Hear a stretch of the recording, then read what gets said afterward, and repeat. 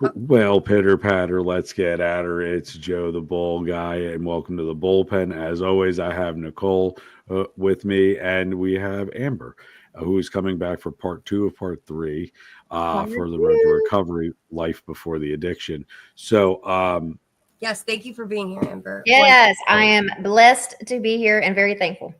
Yes. absolutely. Thank you again for returning to the show. So, Nicole, why don't you start it off? You said you had a question that you wanted to ask. Yes, her to I start was this off. wondering what it was like as your early childhood. No, we're not talking like teen years when you start to develop like how you're going to be, but like what was it like as a child, like in your younger years, like 10 and under, like what was your like childhood like?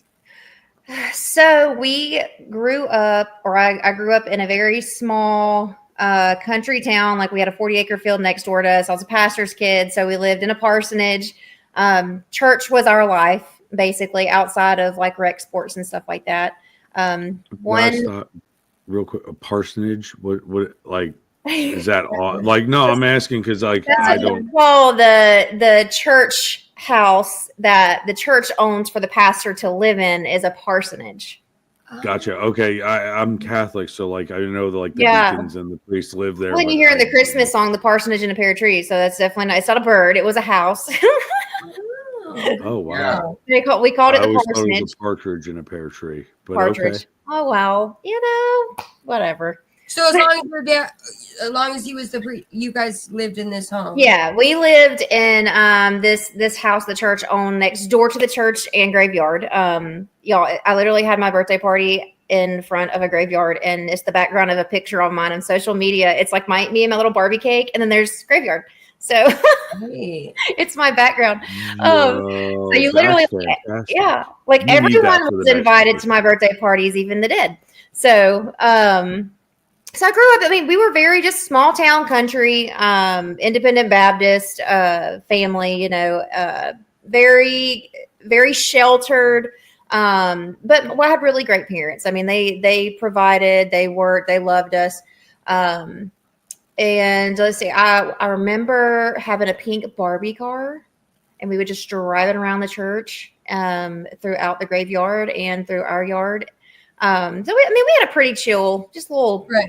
So Yeah, you spent a pretty lot of time in the church as a child, even if it wasn't like a church service. Yeah. You were there at the church. We didn't trick or treat. We had. Wait, you tri- didn't trick or treat at all. You didn't we dress weren't up. You didn't go allowed out? to trick or treat. We had to go to, what did we call it? The fall festival at the church as a Bible character. That's how we got to dress up. So I didn't experience the trick or treating as a kid, anything like that. But I mean, at the time, I didn't know any different. You know, as a kid, I'm like, this is just what I know. So I enjoyed it. You know, we had a peaceful little childhood in the little country. We'd Okay, ride so the with dirt the fall roads. festival, was there other kids involved? Was there other kid like? Mhm. Yeah. We'd have a little contest of who had the best outfits or costume for the Bible characters and stuff like that. But I mean, just very simple little life. You know, we were just really involved in the church since my dad was a pastor, and we lived there till I was about 13 years old. So just really small, sheltered little life that I lived down there. So. Wow, that's. But y'all have to find that picture on. Y'all have to go like Facebook or Instagram, because I literally have. It's actually it's on my TikTok too, where my unfiltered sober mom name right here. It's literally my background is a graveyard. Oh yeah, I'll have to definitely check it out. I think we need that for part three. I think we do. I want to show that. I think that's how. Yeah, I definitely think you need to find that picture for us. Okay, so Bible study, preacher's daughter. We all know the you know the stigma behind preacher's kid, usually getting into trouble. And hey, like when you were a kid, was that something you did? Like you just kind of like. I was actually I was a rule follower. I say a rule follower. As a child, 13 and under, I was a rule follower. After 13, that's different. That's a different age. As a kid though, no, I always, I always wanted to do right. I would really, really good in school. I don't feel like I was a disobedient kid. I didn't have to get, punished a lot. you could raise your voice at me and I would cry, like just that, oh my gosh, you're upset or I disappointed you. I was a very hypersensitive, like emotional kid. So the drop of the dime, if you raise your voice, I'm going to cry. Just Do you very. have a lot of siblings too? Was there a lot? I have an older sister, and then I have a younger brother when we lived there. And then when I was 8, they added another. So Anna's our youngest. So there's 4 of us total, but we really grew up just me, Amanda, and Aaron. For the most part, it was just us. Poor Anna was like an only child because she was so far behind. But so we always played together. My sister and I are 22 months apart, so we were very close. Had the same circle of friends, which could cause problems as well. Because I was the little sister, always tagging along. And I think, I guess, kind of like going into that, like that's where a lot of my comparison started when I was about 10 years old. Comparison to my sister who, like I said earlier or before, was in remission from leukemia. So up until about that point, I would say about till I was 13 years old, like I was I feel like I was a very well-mannered kid. I didn't care to get in trouble. I didn't want to disobey. I still kind of always felt like, it's not to say that something was wrong, but I always had questions. Like I would question, what someone would say about the Bible or what we'd be told about this, or this is why we believe this. And I'm like, but that doesn't make sense to me. It wasn't an open, like there wasn't a safe place to ask questions. So it's like, this is what it is. And this is what you have to believe, period. Otherwise you're wrong. So, which can be pretty interesting. A sick sister, like being so young, not really understanding sickness. Mm-hmm. Yeah, we had to, I think it was about a year of her being sick that we were just kind of bouncing around to different people's houses so we could make sure we were still doing our school. Mom and dad had to be full-time with her. She was literally told she's got maybe 1 more month, take her home, let her say bye. So she's a walking miracle. And I'm so thankful for her. Like I said, she's one of my best friends. We weren't always friends growing up. Yeah. I didn't like her very much. Was it hard balancing the preacher, like church life with having a sick sister that whole year? I mean, with the year. Oh, that's hard to balance. Yeah, for me, it wasn't. I can imagine it being hard for my parents because we were at the hospital in Atlanta, Georgia, and we lived 4 hours south where Dad pastored at. So he's driving back and forth on the weekends or during the week to come visit. So we were just really separated through that time. Sorry, y'all. My dog is being crazy. No, you're good. Do you think that had any influence into moving forward, the separation between like the family and kind of like breaking up that unit that you were so used to having? I'm not saying that the sickness caused that. I'm saying, like, did you notice that there was more of a divide at that time? I think that is where a lot of, like, for myself, I started feeling a divide because I didn't necessarily feel like I 100% fit that picture of what we were supposed to be and what the expectations are set for the place that we lived and the culture that we were in. I stayed with other people that maybe didn't have the same beliefs as I did, or maybe they believed the way I did, but their life wasn't as sheltered and strict. They were allowed to do more than what I was. So then I started to be like, well, that doesn't make them a bad person. They're a fine person. So why can't I do that? It started to kind of create, I guess it's like I said, when you don't know, you don't question, but then when you start to see your eyes start to get opened and you're in the world, it's like, okay, so that's not a bad thing. Why is that such a bad thing? But I wasn't allowed to ask those questions. It was just like, because I said so. Right. Gotcha. So, my parents, like I said, were very strict. They didn't drink. They didn't do anything like that. We weren't even allowed to go to certain functions if there was going to be alcohol involved. So for me, I didn't grow up around that during that time period at all. Like I can't even remember. I don't even think. trying to think as a kid if I even saw anyone drink alcohol. You were right. Did you experiment with it at all? No, I did not. Didn't even. No, alcohol wasn't even a thing to me until I don't think I was even around it until I was 19 years old. Like the first time I'd actually seen it. Right. So when you talking about like seeing stuff that you weren't familiar, it wasn't really the alcohol. You were like just seeing different like ways of living. Yeah, I was seeing different ways of living that I was told, oh, you can't hang out with those people because of this. And because I said so. So I was like, that doesn't make them a bad person. So then I started to, I'm like, well, I feel that way. So am I a bad person? Am I not worthy enough because I don't feel the same as what I've been told? So the self-doubt started kicking in, self-doubt, second guessing, your religion getting shaken. And this was around like 13. So this kind of, and you said 19 was where you started, and alcohol was your like. Yes, alcohol was what my self-medication was. I chose alcohol over anything else. And honestly, because it's just the first thing. I mean, I don't know. It could have been something else. But the first thing I ever did that was mind altering was drink. So, so then during that path, like from 13 to 19, I'm assuming it increasingly got worse. So you started beating yourself up and you started really like now a lot of people that know me know that my sister was active addiction. She passed away. There was no recovery at all.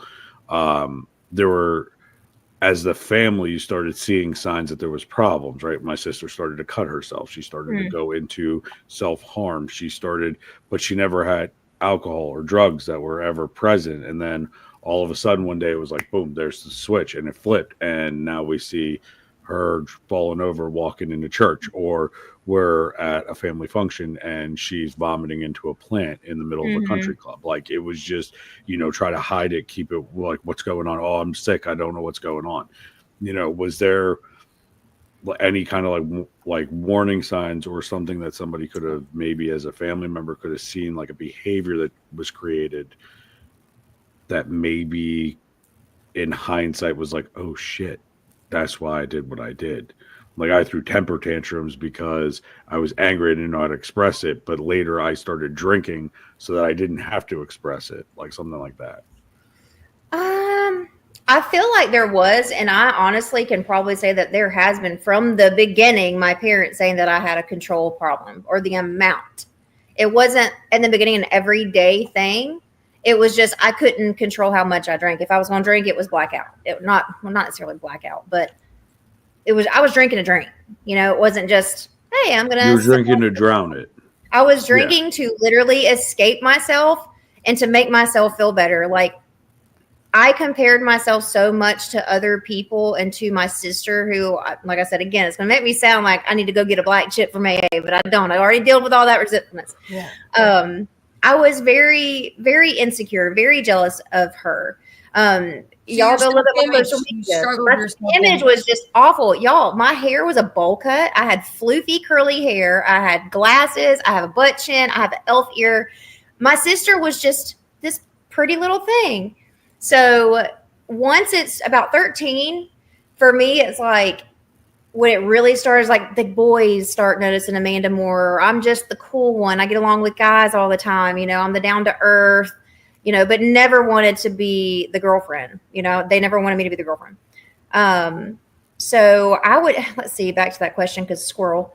I would say that my family started to notice it and kind of like bring it to my attention was, I think it would be like family functions and I would just be completely obliterated. Nobody else is drinking, but I am.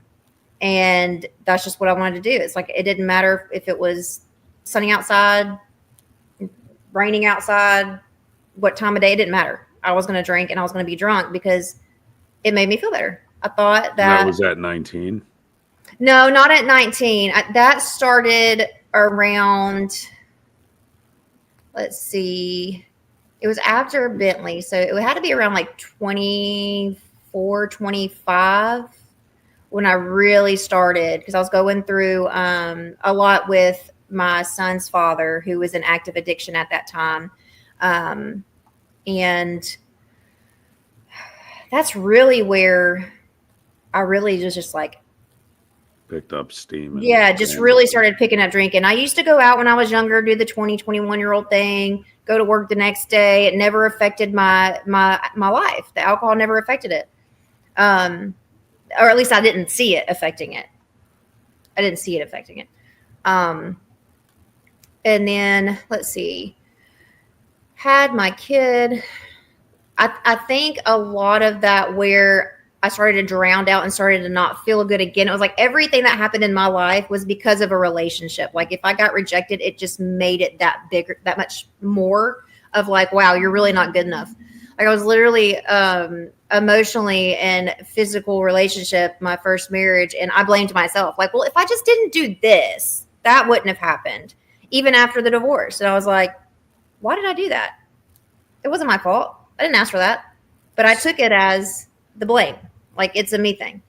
So from that point at 19 is when I went through that. From 19, there is where it really, the self-doubt and the self-hatred and the zero confidence went to like as far underneath the earth as you can possibly get. It was like literally zero, not even a grain of sand. It was, I didn't even like your first drink? My first drink was at 19 with that first husband. You guys were high school sweethearts? No, I was 16. He was 21. Oh, so he was older. Okay, gotcha. Yeah, so he was already out of high school. You think he struggled with addiction? Do you think is that what caused the divorce and for you to start numbing was his addiction, or was it how he acted on his addiction, like his actions? I think the rejection of choosing that addiction, which we know we don't choose the addiction, right? Yeah, Back then, before I realized I had issues, it was I grew up being taught you're choosing it. It's not a disease. That's a choice. If you keep doing it, you're choosing it. So that's how I treated my son's father. I was like, you're choosing that over us. So I took that as a whole nother level of rejection. And I was just like, you know what? Well, if he doesn't care, why do I care? Right. Dove into alcohol, just full-fledged, just bloop, there I went into the, bloop, just went. And then you had your son then at that point. Yeah, and I had my son. He was about a year old at this time. Let's see. He ended up getting sober in 2018. We rekindled things, got things back together, decided we were going to, try to have more kids. We felt like we were at the point where we'd want to. Bentley was about 8, 9. No, he was younger than that. 7 maybe. And so during that whole time though, you and him were in active addiction at that point. Yeah. I wasn't admitting to it. Right. He was sober. He got sober and I kept drinking. I'm like, well, just because you're sober doesn't mean that I'm going to quit drinking. And little did I realize I was going down. So from birth to that point, how was daily life during that? Right? Was that if he's in his active addiction and you were in your active addiction and you have a child, how did that affect it? So my daily routine during that time, Jude would be either at work or just wherever he decided he was at for the night. I worked an 8 to 5 job. So it was really just me and Bentley for the most part, even though we were still together at the time. I'd get up, drop Bentley off at daycare at 6 o'clock in the morning, go to work, pick him back up at 5:30, 6 o'clock. We'd have dinner. He'd go to bed. As soon as he went to bed, I'd go sit in my garage, smoke my cigarettes, and start drinking my wine until about 3 or 4 o'clock in the morning. Get maybe a 2-hour sleep. Same thing the next day. On repeat for about a year or 2. Right. So you never got to the point where you were going to I was using while my kids then I had to give my kids to my dad for a little while because I had gotten so unmanageable. I was using during the day. I was how you said you still live that So you caught Yeah, yourself before thankfully, unimaginable. right. Thankfully, Thank I God. never got to the point where I couldn't take care of my son or what I needed to be done at that time. Good. Now, That's great. you fast forward to, like I said, husband being clean for years, 2020 hits. We start trying to have, more kids. Right.